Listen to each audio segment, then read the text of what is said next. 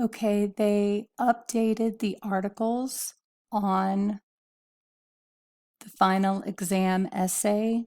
The 4 articles, a couple of them changed. Thank goodness. The one that we have already read is now no longer text 1 of the 4 articles, but it is now text 2, so it wasn't a waste of time.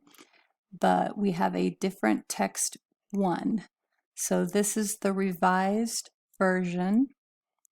So we'll start with the argument writing prompt so that you can keep that in mind as we read over the synopsis of the 4 articles and the first article in this new revised set. So the writing prompt.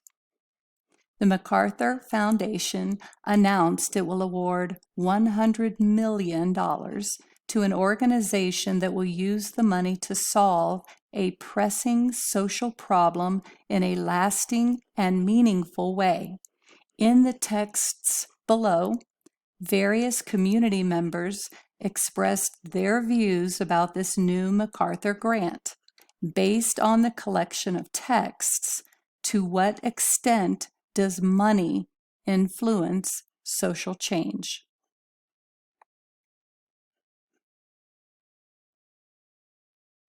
Brief synopsis. The MacArthur Foundation announced it will award $100 million to an organization that will use the money to solve a pressing social problem in a lasting and meaningful way. The New York Times, in the feature Room for Debate, encouraged different community members to respond to news of that grant.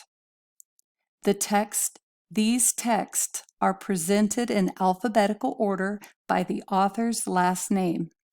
In text 1, Black Lives Matter co-founder Alicia Garza states that money has the ability to solve a social problem, but that a solution should be strategic and be able to regenerate itself so that those solutions can be tested and sustained.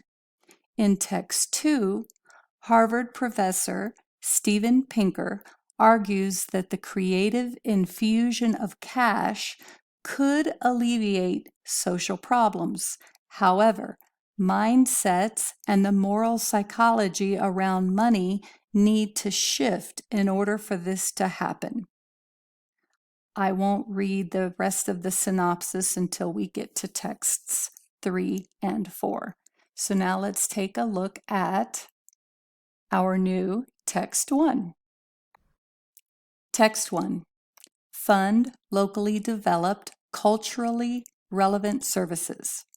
Alicia Garza, the Special Projects Director for the National Domestic Workers Alliance, is the co-founder of Black Lives Matter.